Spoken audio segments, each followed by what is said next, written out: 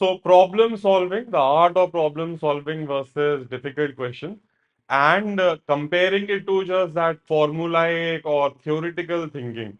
So challenge यहाँ पे ये है कि हमें हमारा गोल क्या है? हमारा गोल है करेक्ट आंसर निकालना। हमें इक्वेशन बनाने के, बड़ी बड़ी इक्वेशन बिल्ड करने के लिए कोई एक्स्ट्रा पॉइंट नहीं मिलने वाले हैं। तो जिस अप्रोच से, जिस माइंडसेट से, जिस डायरेक्शन से जल्दी हो जाए, मुझे वो डायरेक्शन जल्दी से जल्दी चूज करना चाहिए। तो इस प्रॉब्लम को जनरली डिफिकल्ट कैटेगरी में डालेंगे। अगर आप इक्वेशन बनाने लग गए इस कहानी के साथ, तो आपकी थोड़े स्टेप्स के बाद बन जाएगी इक्वेशन, कोई बड़ा चैलेंज नहीं है। क्वाड्रेटिक इक्वेशन फॉर्म में आ जाएगा, फिर उसको आप सॉल्व करेंगे, थोड़ी रिप्लेसमेंट मेहनत करेंगे और आपका काम हो जाएगा। वेरा जो मैं अप्रोच लेने जा रहा हूँ उसमें आप देखेंगे कि ऑलमोस्ट ओरली काम हो जाएगा। शुरू में आपको चैलेंज आएगा, और आपको वो चैलेंज के टाइम ही समझ में आना चाहिए कि ठीक है, ये लंबे इक्वेशन से तो टाइम टाइम लगने वाला है, क्या कोई और तरीका है सोचने का, या क्वेश्चन में कोई हिंट है क्या ऐसी जिससे मेरा काम थोड़ा जल्दी हो जाए, राइट? तो देखते हैं। एंड अगेन मैं मान के चल रहा हूँ कि आपको, क्योंकि ये थोड़ा सा चैलेंजिंग क्वेश्चन है, तो मैं मान के चल रहा हूँ कि आपको फाउंडेशन तो पता है, राइट? कि पाइप पाइप ए 5 घंटे में भरती है, पाइप बी 6 घंटे में ड्रेन करती है। तो मैं 5 और 6 का एलसीएम 30 ले लूंगा, काम में 30 मान लूंगा, ताकि मेरा रेट आसानी से आ जाए और मैं स्टोरी में उसके साथ खेल सकूं। ये अप्रोच आई एम अज्यूमिंग आपको पहले से पता है। तो ये काम बहुत जल्दी से हो रहा है, राइट? तो कहानी पढ़ता हूँ। Pipes A and C are fill pipes while pipe B is a drain pipe of a tank. Okay, एक पाइप ए है, एक पाइप ए है, एक पाइप बी है, एक पाइप सी है, राइट? पाइप ए पॉजिटिव है, पाइप सी पॉजिटिव है, पाइप बी नेगेटिव है, बिकॉज ड्रेन है कहानी में। फिर वो बोलता है pipe B empties the full tank in 1 hour less than the time taken by pipe A to fill the empty tank.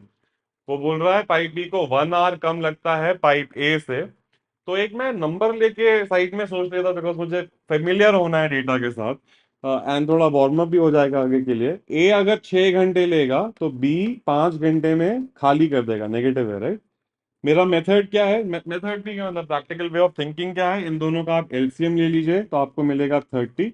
मतलब टैंक की कैपेसिटी या टोटल वर्क मेरा कितना है? 30 यूनिट्स है जो मुझे उसके अंदर भरने का है।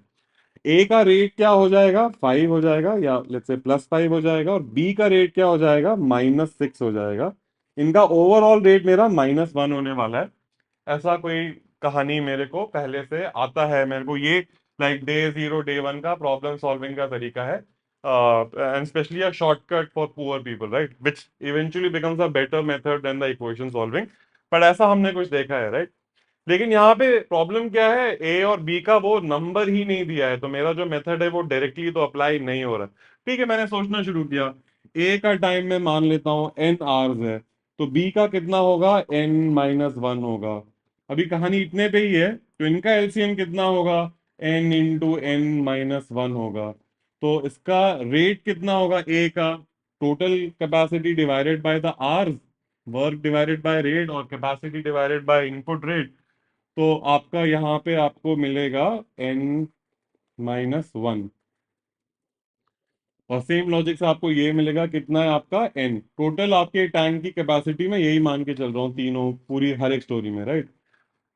तो ठीक है, मैंने लिख तो दिया, लेकिन मेरे को ऑलरेडी दिख रहा है। ये मैं स्टेप्स दिखा रहा हूँ ताकि देखिए कि कहाँ डिफिकल्टी कैसे आने वाली है, राइट?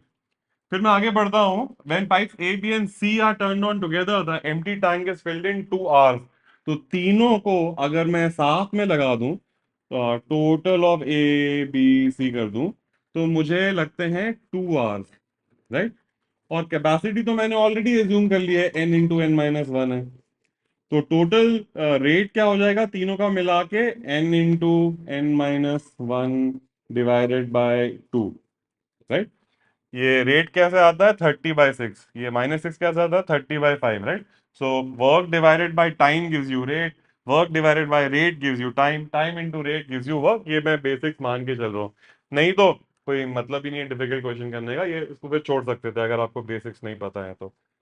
अच्छा, तो सी का रेट मुझे अभी यहाँ पे नहीं पता है, राइट? अच्छा, लेकिन इन दोनों को मैं ऐड कर दूं, n-1, और ऐड मतलब ये तो नेगेटिव है, नेगेटिव में था ये। अगर इन दोनों का मैं करूं तो एन एन कैंसिल हो जाएगा, ओवरऑल -1 मिलेगा। -1 और जो भी सी का रेट है, रेट ऑफ सी, वो ऐड करके आपको ये मिल रहा है। तो सी का रेट आपको इस टर्म्स में मिल जाएगा। फिर आगे और कहानी चल रही है, उसको मैं यूज करूंगा इक्वेशन में, इक्वेशन बनती जाएगी। मैं वो इक्वेशन के लिए एक सेपरेट वीडियो बना दूंगा, क्योंकि मेरा एम अभी ये इक्वेशन बिल्डिंग नहीं है। ये तो मैं सिर्फ दिखा रहा हूँ कि अच्छा ये डायरेक्शन जाएगा, क्वाड्रेटिक बन जाएगी आगे जाके शायद। लेकिन मैं थोड़ा आगे जाता हूँ और नोटिस करता हूं कि बोलता है if pipe A can fill the empty tank in less than 5 hours. तो अब मेरी कहानी को मुझे बहुत एक लिमिटेड डोमेन मिल गई है कि अगर मैं ए के बारे में सोचूं, वो बोल रहा है लेस देन 5 आवर्स, तो हो सकता है 4 आवर्स हो। अगर ये ए 4 आवर है तो बी 3 आवर होगा। फटाफट एलसीएम लेता हूँ, मेरा एलसीएम 12 हो जाएगा दोनों के लिए। रेट क्या हो जाएगा, इसका रेट हो जाएगा 3 और इसका रेट हो जाएगा -4। अच्छा, सी भी है कहानी में और टोटल की कहानी भी है, राइट। टोटल में 2 आवर्स लग रहे हैं, तीनों को मिला के 2 आवर्स लग रहे हैं। कैपेसिटी तो मैंने ऑलरेडी 12 मान ली है, तो रेट हो जाएगा 6। तो यहां तक तो रेट आया था 3 एंड -4 मिला के -1, और टोटल रेट हो गया है 6, मतलब सी का रेट होगा 7, बिकॉज इन तीनों को ऐड करके ये वैल्यू आई है। रेट ऐड होता है, राइट, बस। तो ठीक है, अब आप कहने को बोल सकते हैं कि ये ठीक है, क्या हो सकता है ये आंसर हो, लेकिन मैं चेक कैसे करूंगा कि ये आंसर है। तो मैं देखूंगा, बोलता है pipes B and C are turn on together when the tank is empty and pipe D is turn off after 1 hour. मतलब पहले 1 घंटे के लिए पाइप बी और सी दोनों साथ में काम कर रही थी। पाइप बी का -4, पाइप बी का 7, 1 घंटे में 3 यूनिट आएगा। 12 में से 3 यूनिट ऑलरेडी आ गया है। कितना यूनिट बचा हुआ है, 9 यूनिट बचा हुआ है।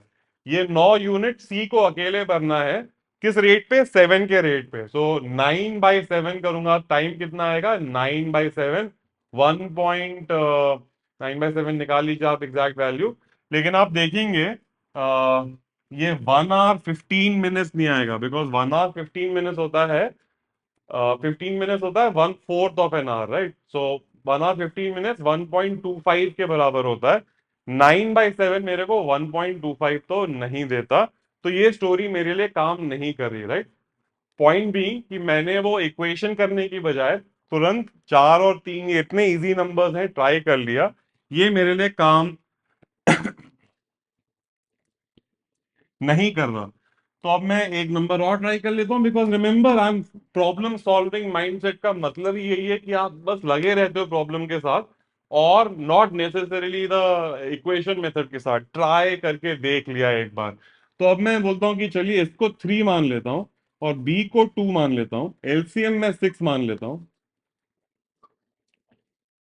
तो इसका रेट हो जाएगा 2, इसका रेट हो जाएगा 3, मतलब -3। एंड अगेन सी भी है कहानी में और टोटल भी है, टोटल में 2 आवर्स लगे, राइट। तो ओवरऑल रेट कितना हो गया, 3। अभी देखिए इन दोनों का रेट तो क्या था, -1, ओवरऑल रेट है 3, मतलब 4 का सी का रेट होगा, राइट। और 6 है ये। तो सी को अकेले कितने लगते हैं, 1.5 आवर्स लगते होंगे। लेकिन अगेन क्या ये आंसर ठीक है, मैं देखता हूँ। फिर से वही कहानी में चेक करूंगा कि दोनों बी और सी पाइप साथ में काम कर रही थी, मतलब बी और सी साथ में काम कर रही थी, 1 यूनिट आया, राइट। 1 यूनिट ऑलरेडी कहानी में आ गया है।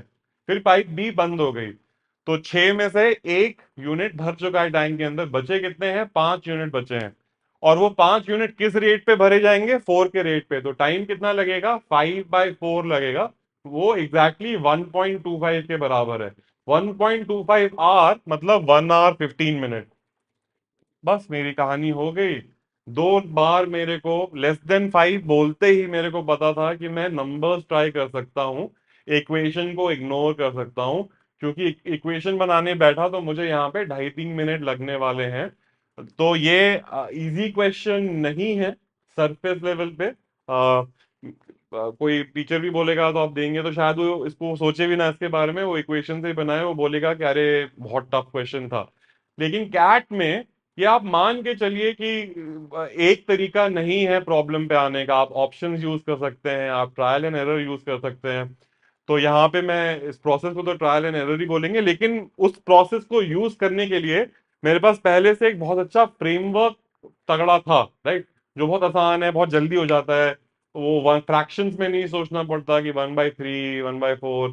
तो वो फ्रेमवर्क लेके ये काम बहुत जल्दी हो सकता है। नहीं तो अगर आपको इसको डिफिकल्ट में डालना है तो मुझे कोई मतलब, मैं क्या ही कर सकता हूँ, बिल्कुल डाल लीजिए। लेकिन मुझे ये क्वेश्चन सॉल्व करके बहुत एक्स्ट्रा खुशी मिली थी, बिकॉज मैं जा रहा था वो इक्वेशन में, फिर मैंने देखा कि नहीं यार, टाइम नहीं होगा बच्चे के पास ना इतना कि पेज भर के इक्वेशन बनाता रहे। तो मैंने सोचा कुछ तो होगा, मतलब कैट है ऐसा, हमेशा कुछ तो कहीं जुगाड़ छुपा रहता है, भले ही देखे ना कई बार शुरू में, राइट। क्योंकि कई बार ऐसा टीचर हो तो आप सॉल्व कर देते हो, आप बोलते हैं हाँ हो गया, अभी इसमें एक्स्ट्रा जुगाड़ क्यों ढूंढने का है। लेकिन इसमें मुझे क्लियरली दिखा कि नॉर्मल मेथड तो लंबा जाने वाला है, लेट मी सी और क्या हो सकता है। यानी ये दो नंबर ट्राई करके फट से नंबर मैच हो गए और अपना काम हो गया। क्या हमेशा हो जाएगा ऐसे? नहीं, जरूरी नहीं है। लेकिन माइंडसेट क्या होता है प्रॉब्लम सॉल्वर का, क्या माइंडसेट होता है, बाय हुक और बाय क्रोक और बाय वॉट एवर डायरेक्शन उसको प्रॉब्लम सॉल्व करने का है, चाहे वो इक्वेशन से करे, चाहे वो कोई शॉर्टकट फॉर्मूला विजुअलाइजेशन से करे, कोई स्टोरी से करे, ऑप्शन यूज करके करे। लेकिन ये कि हाँ, और उसको ये गेम लगता है, उसको इन चीजों में मजा आता है, राइट। तो वो this is what I mean by the problem solving mindset और the art of problem solving. कि मुझे इक्वेशन बनाने के कोई पॉइंट्स नहीं मिल रहे हैं, मुझे आंसर लाने के पॉइंट मिल रहे हैं, और ये एक टाइप ऑफ नंबर्स में ऑलमोस्ट ओरली अपने मन में हैंडल कर सकता हूँ rather than the long equation. So ये कुछ लोगों के लिए काफी इंपॉर्टेंट लेसन है। नहीं तो एक लेसन वो भी है कि पहले तो सबसे आसान वाला ही काम करना है, और दूसरा है थोड़ा एक प्रॉब्लम सॉल्विंग माइंडसेट डेवलप करना है।